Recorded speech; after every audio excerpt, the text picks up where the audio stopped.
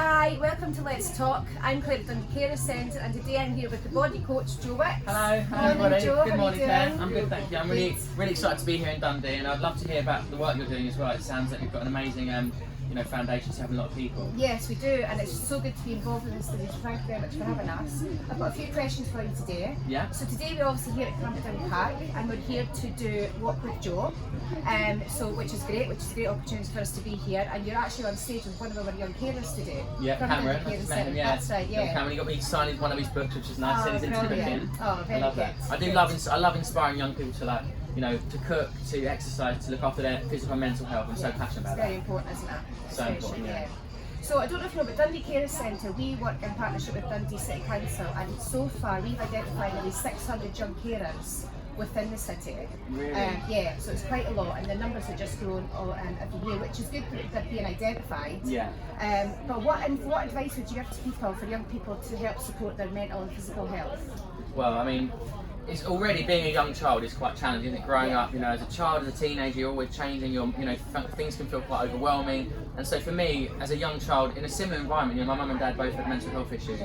I turned to exercise. For me, it was always my release, and there's such a strong connection between when we move our body, physical exercise, and our mental health. It reduces anxiety.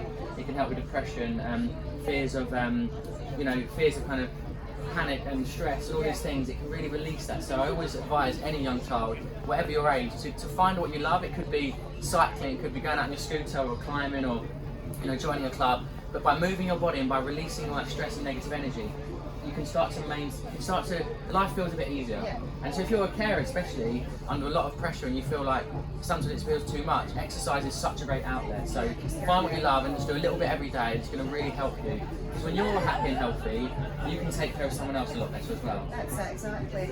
And even I suppose just a walk, like we're doing today, we're getting together as a community, we're taking a walk, a 5k walk together, Definitely. and even getting out there and talking about things, and that would help. Yeah, I always say that all movement is good for you, and I think walking, especially during lockdown, I started walking and I saw the benefits of getting outside in nature, because you almost walk the stress away, but you can also jump on the phone or have someone with you, have a chat, talk about things. The biggest mistake you can make is bottling it up, not talking, not exercising, not getting to sleep, not getting good food in your body. All of these things make everything feel a lot tougher. So really do get the basics right. Try and get a good night's sleep, go for a walk, do some exercise, and if you can, get a nice healthy meal in your body. That's going to make everything feel a bit easier. So unfortunately, there's still a lot of young people out there, Joe, that don't see themselves being a young carer.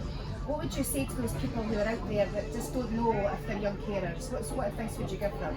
Well, I've been a carer all my life from a very young age. I think my mum had severe OCD, obsessive cleaning. My mum also had eating disorders, so she was really struggling with that. And my dad was a heroin addict, so I was always worried. I was always in a state of anxiety, fear of my mum seeing that my dad was using, fear of my mum not eating and getting sick and stuff. So I think I didn't realise at the time, but you might not know what's going on, but you feel and you sense things, and you need to acknowledge that. Acknowledge if something's going on, if you think things feel different, and don't be afraid to speak up. I wish my only thing I wish as a child I spoke to my teachers in school, I spoke to an adult, because I was always the naughty kid, I was disruptive, I was an attention seeker, but it's because I just wanted someone to say, Joe, what's going on at home, what's wrong with you, what's happening, but I was always just put in the attention and kind of isolated. But really, if someone just spoke to me and I had the confidence to speak up, so the biggest and the most important step in all of this is talking, because you'll realise you're not the only carer, you're the only person looking after a family member, and when you do that, you feel like you're not alone, and you feel you've got a support network, and you can really take that pressure off a little bit. So yeah, reach out and talk to anyone. It could be a friend, it could be a family member, or someone at school, or someone like yourself at the Carers Association. Yeah. Perfect, that's great, Joe. Well, thank you very much for joining us today, Joe. Thank you, and I hope you enjoy the walk. Yeah, we're going to walk. It's not a park run, it's a park walk, but I'm looking forward to it. There's lots of people. I'm going to go and get some selfies. Perfect. See you soon. Thanks Thanks guys. Joe. Take care.